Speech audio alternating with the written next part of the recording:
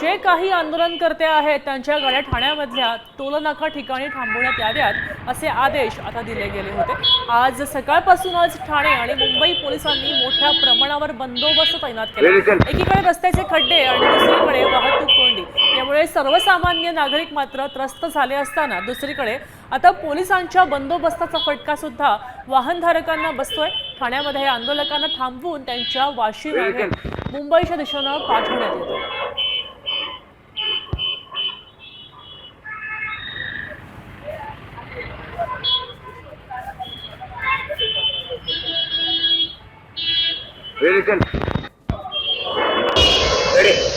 आपल्या विविध मागण्यांसाठी मराठा आंदोलकांच्या वतीने मुंबईत या ठिकाणी जे आंदोलन सुरू आहे यासाठी काल उच्च न्यायालयाने काही निर्देश दिले। त्या निर्देशानुसार ठाण्या जो काही टोल नाका आहे या ठिकाणी जे काही आंदोलनकर्ते येतील त्यांना थांबवण्यास सांगण्यात आलेलं आहे।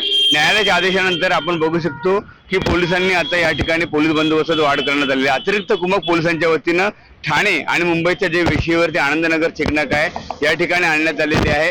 पोलिसांच्या माध्यमातून ज्या काही गाड्या आंदोलनकर्त्यांच्या मुंबईच्या दिशेने जाणार आहेत याची तपासणी आता देखील केली जाणार आहे। आपण बघू शकतो की पोलीस त्यांचं कर्तव्य करत आहेत, दुसरीकडे मात्र जे रस्त्यावरचे खड्डे आहेत आणि पोलीस ज्याप्रमाणे आंदोलकांना थांबवत आहेत त्याप्रमाणे आपण बघू शकतो की खूप मोठ्या प्रमाणावरती वाहतूक कोंडी ठाणे आणि मुलुंडच्या वेशीवरती आनंदनगर चेकनाका या ठिकाणी झाली होती।